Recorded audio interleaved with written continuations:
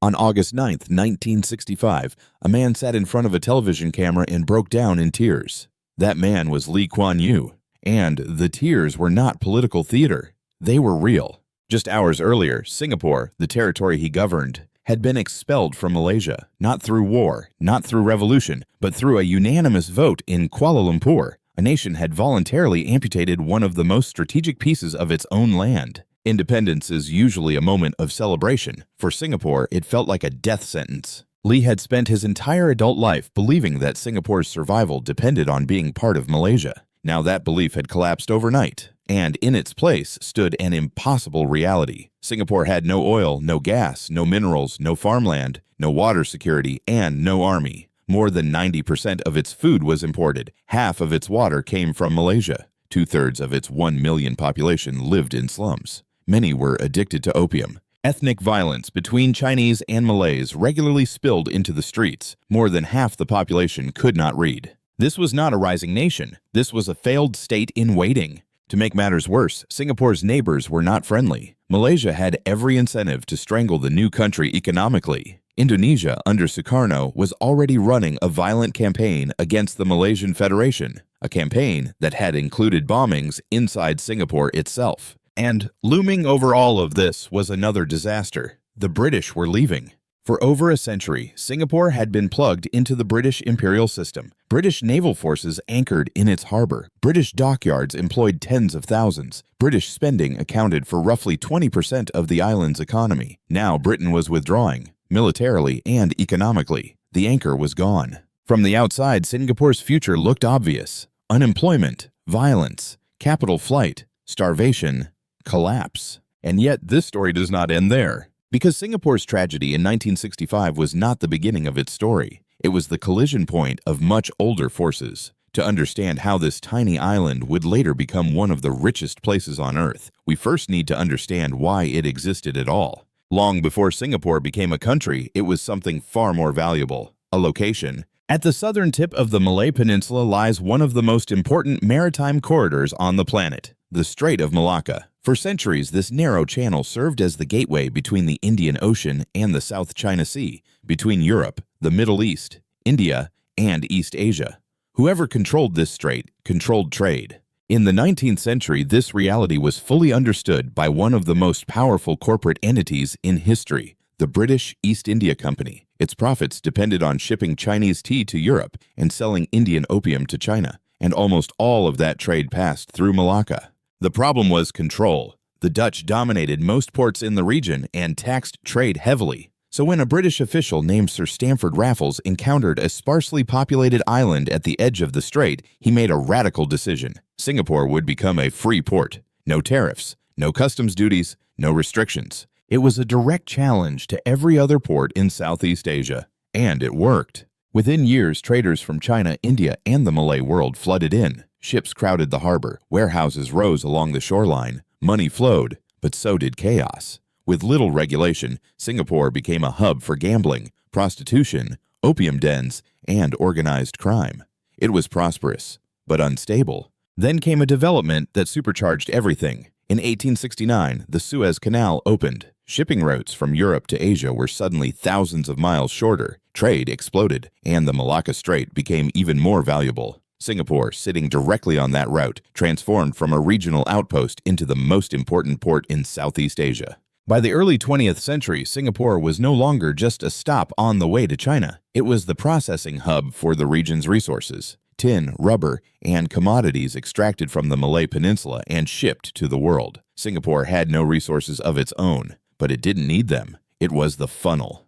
That illusion of permanence ended in 1942. In less than 70 days, the Japanese army swept down the Malay Peninsula and captured Singapore. The so-called impregnable fortress of the British Empire collapsed almost instantly. For 3 years, the island endured occupation, executions, forced labor, and starvation.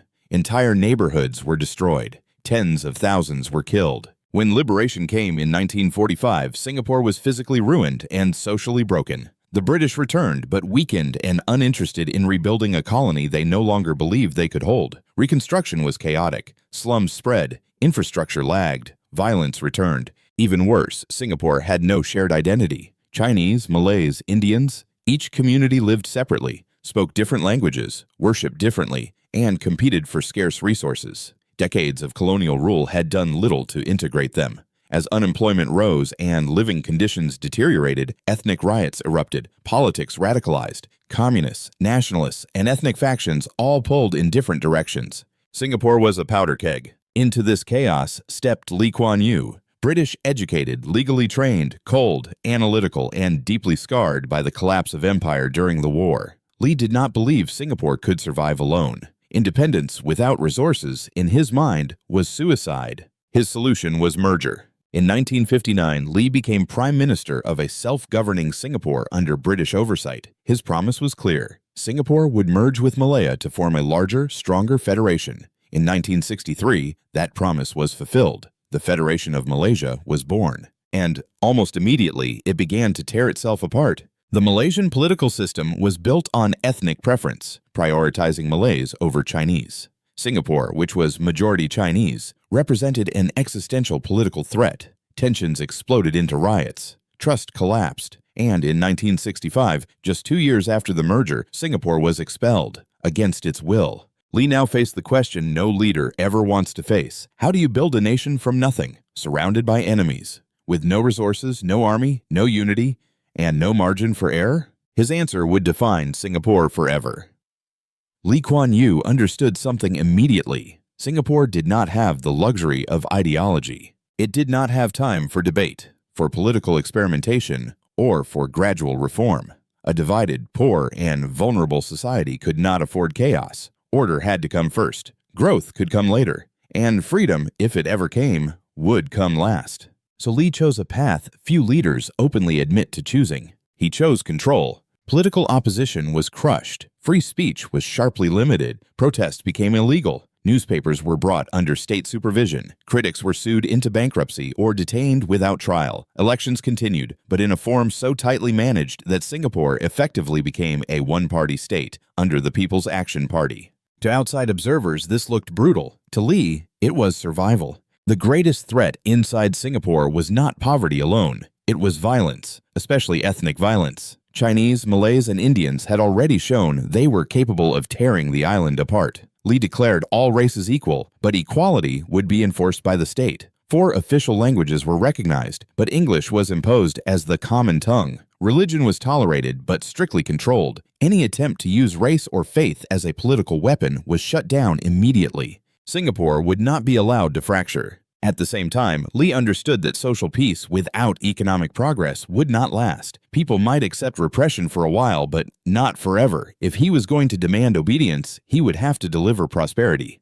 Fast. The first and most urgent problem was housing. At independence, roughly 70% of Singapore's population lived in slums, squatter huts, or overcrowded shophouses. Most had no running water, no sanitation, and no electricity. Disease spread easily. Fires were common. These conditions were not just inhumane, they were politically explosive. Lee empowered the Housing Development Board with extraordinary authority. The state was given the right to acquire land cheaply and redevelop it at scale. Entire neighborhoods were cleared. In their place rose concrete apartment blocks, built rapidly, efficiently, and uniformly. But this was not meant to be a welfare system. Lee did not want Singaporeans dependent on the state. He wanted them invested in it. So residents were encouraged, and eventually expected, to buy their apartments at subsidized prices. To make this possible, Lee transformed an existing retirement scheme into something far more powerful, the Central Provident Fund. A large portion of every worker's wages was forcibly saved. On paper, it was for retirement.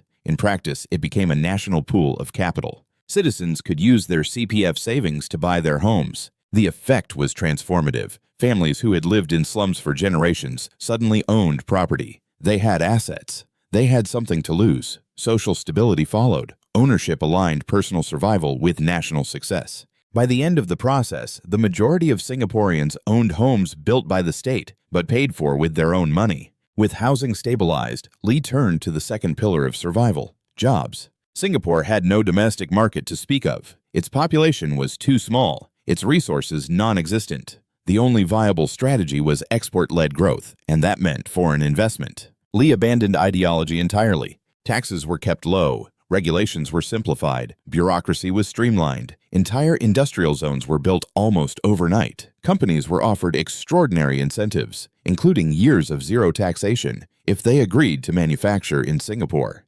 Unions were crushed, strikes were effectively outlawed, businesses were encouraged to fire striking workers immediately, wages were kept competitive, discipline was absolute.